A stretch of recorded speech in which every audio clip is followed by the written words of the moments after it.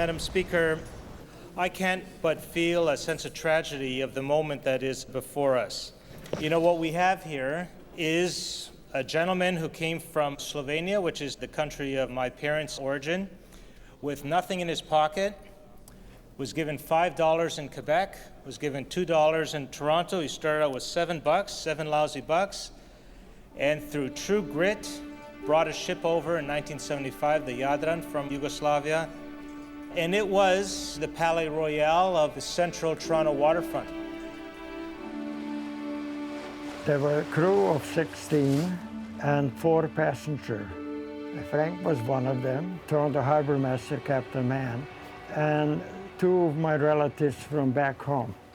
I picked the ship up in former Yugoslavia on the northern part of the Adriatic coast. Here's all my family there. It was very sad. In a way, I was very happy. But when you leave the port, you never know if you're going to make it to the next port.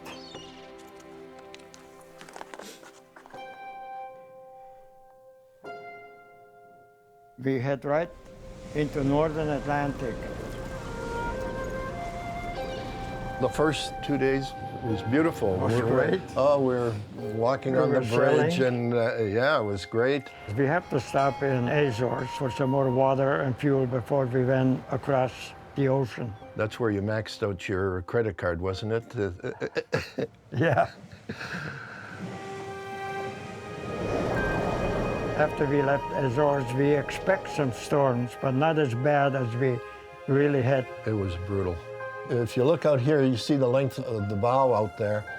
We had 45-foot waves crashing over the bow, covering the glass, and going over the top of the ship. That's why those windshield wipers were going steady.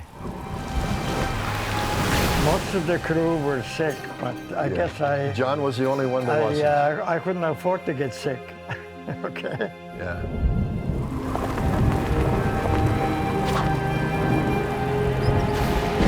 It was a serious voyage. This was not an ocean-going vessel. When we were sailing close to Toronto, the fog was so thick, you could hardly see a length ahead of us.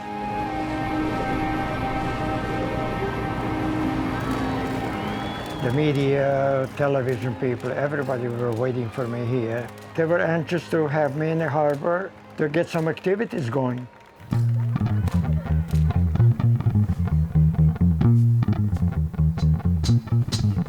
Especially in the 70s, the ship was alive with different functions almost every day. We had different premiers coming on board. We used to go up to City Hall on Friday and had a talk and a drink maybe at the City Hall and go home.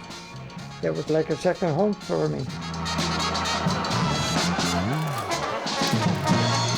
It's interesting to deal with the people and deal with the public. I enjoy the people.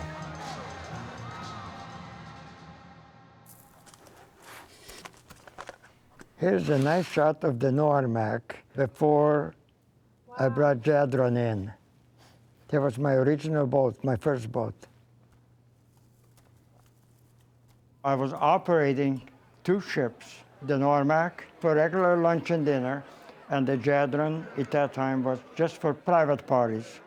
I had a full boat on the Normac, and I had a function on the big boat also. And it happened 8:30 in the evening.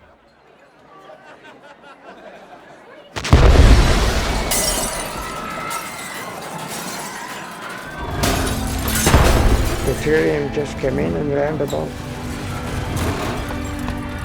I had a hard time opening the doors to get people off. I have to use a crowbar to open the door. We got everybody off anyway.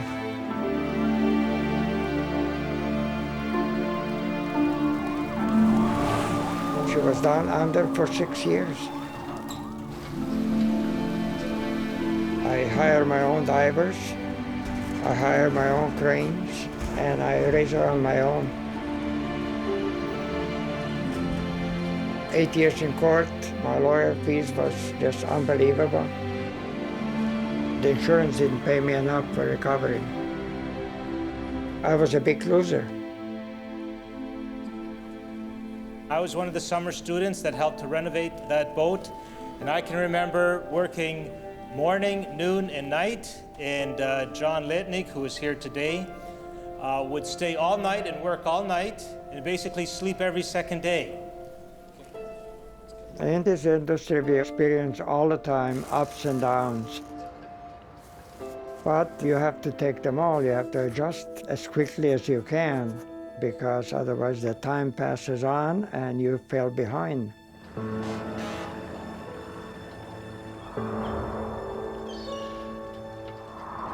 In 90 to 94, 95, we have hardly any business. It was very, very bad. I separated from my daughter's mother because of, she had a hard time seeing me in a restaurant business. It's hard, some people just can't take it. I devote myself 100% or 150% to the restaurant in order to succeed. So the family did suffer. My realty bill was less than $1,000 a year. Now it's over $40,000 a year. Two rents for a sidewalk separately and for a porta-toilet separately was around $6,000 a month. I have to pay hydro, I have to pay utilities. In wintertime, my hydro bill was in between $9,000 and $10,000 a month, all the time. So that cost me a tremendous amount of money and the stress. I enjoy my business. That was my hobby, my profession. That was my everything. A Toronto landmark about to sail away into the sunset, or in this case, be towed away. Councillor Pam McConnell says the city is done with court battles, and even though council still needs to weigh in, she's confident Captain John's boat will be seized by the city. John Letnik has municipal back taxes owing for a decade, totaling more than $600,000, according to McConnell. The city cut off the water and power to the boat because he wasn't paying utilities either. If he was a citizen that hadn't been treated with kid gloves, he would have lost his ship a long time ago. And so on Monday, the city's government management committee will sit down to decide Captain John's fate. $1 million owed he can't currently pay. Never did he see his dream and his business ending this way.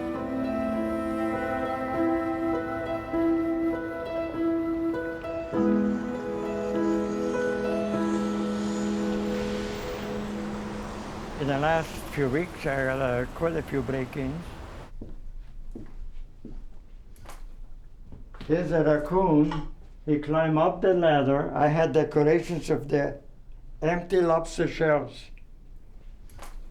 He climbed up the ladder and then he had fun. Humane Society told me, make sure you have a water there for raccoons.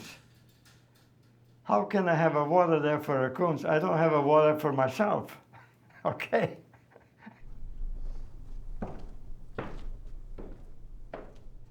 Well, over the time, the water starts seeping in and goes right through. Yeah. I can get a buyer if I get a lease, and I can walk off the boat with dignity, not just like a dog. And that's exactly the way they're treating me. That's not fair. John Letnik was undoubtedly a pioneer down here. When I first came to the Star in 1980, there was nothing on the waterfront. It was bleak. And so what he did down here, having what was considered a fine dining restaurant on the waterfront, was really quite extraordinary. But the waterfront has changed. Toronto's waterfront is undergoing a remarkable, and I would say long overdue, renaissance, a rejuvenation. It's becoming a viable, vibrant community. Lands in the core are suddenly of value in a way they've never been before. So there's very much a vision for what this easterly part of the waterfront should be. And the ship just doesn't fit into that. It never has, was never meant to fit into that. I'm really not sure if anyone told Captain John that. I feel that while this is perhaps not the way any one of us would have wanted this story to end, I think the story is longer.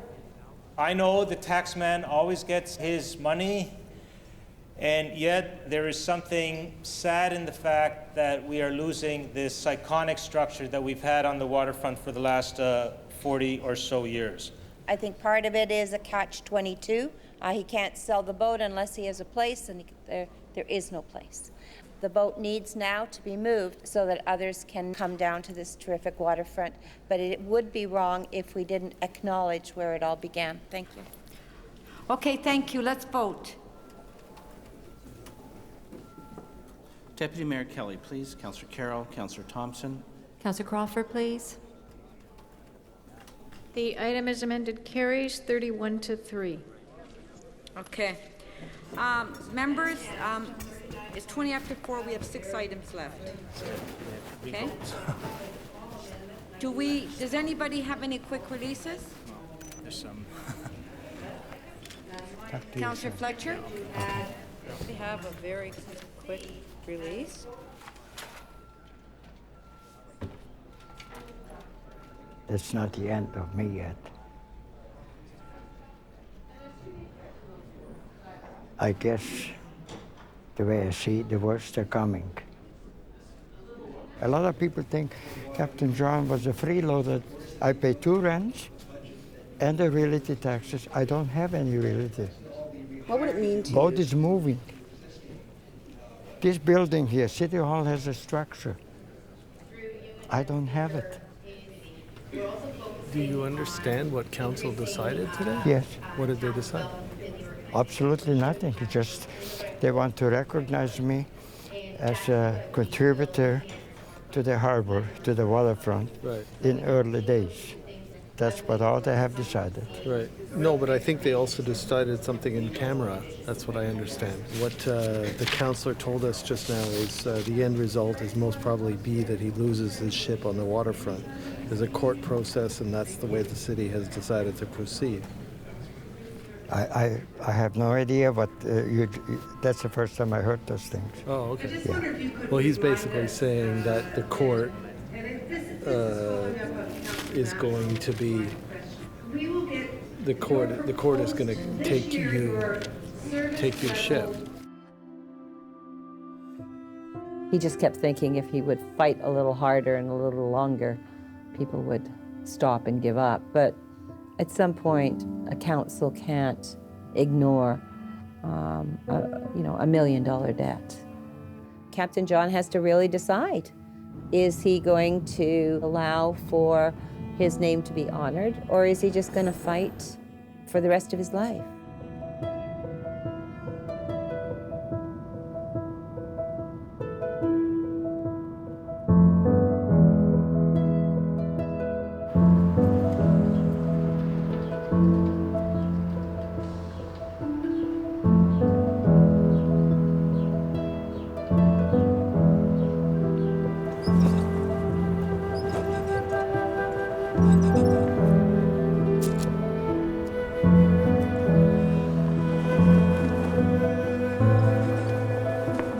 I was the first one to put Canadian flag on way back in November '75 when I brought her over.